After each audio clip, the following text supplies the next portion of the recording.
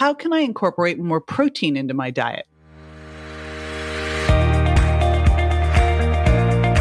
This is JJ Virgin, 4-time New York Times bestselling author, celebrity nutrition expert, and fitness Hall of Famer. I've been on a lifelong quest for answers to the toughest health questions. And now I'm sharing what I found with you. Welcome to Ask the Health Expert. Ainsley Bustos from Facebook asked, how can I incorporate more protein into my diet? I already eat lots of chicken, but I'm looking for more vegetarian options to add in. Thanks. Hey, it's JJ, and I'll be right back with that answer. Committed to your daily smoothie habit, but getting a little tired of the same old? You gotta try chai. It's my spicy, plant-based, all-in-one protein powder that will soon become your new addiction. And because you're a listener, you get 20% off one shake while supplies last. Just go to jjvirgin.com/chai, that's CHAI, and enter the code CHAI, all in caps, at checkout. Okay, Ainsley, how much protein do you want to incorporate in? And the reason I ask this is I think sometimes we think that we can just kind of eat as much protein as we want. And the deal with your diet is that you want to make sure that you're eating the right choices of foods. And that means you want to unprocess your diet, eat as close to nature as possible, eat nutrient-dense, low sugar impact foods. You want to make sure you're eating them in balance in the right amounts and then at the right times. Oh my gosh, it's like you need to get a PhD in this. So today we're talking about macronutrient ratios and how much protein. And the way I look at protein is we've got to look at a couple different things. Number one, you want to make sure that you're getting clean sources of what you need. And I'll talk about that.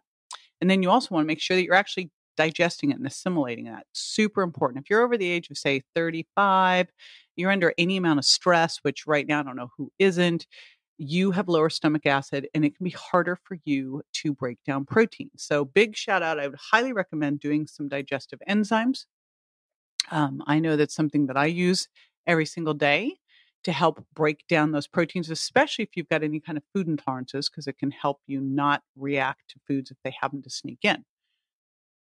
Next thing there. So how much protein do we need?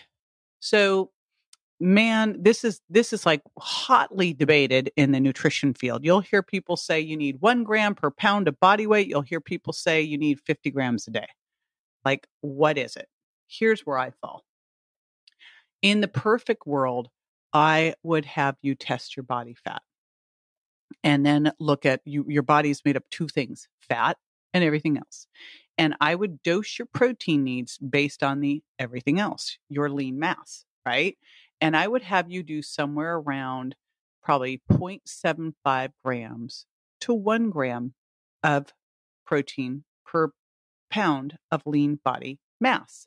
And I would vary that based on, and the lowest it would ever be would be a 0.5 gram.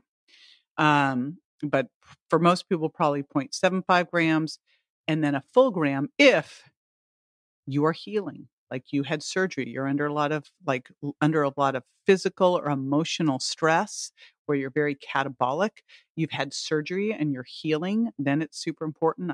My son had a lot more protein when we were going through all of the healing from his massive 13 fractures and being hit by a car and all the surgeries that followed. So I'd have more there.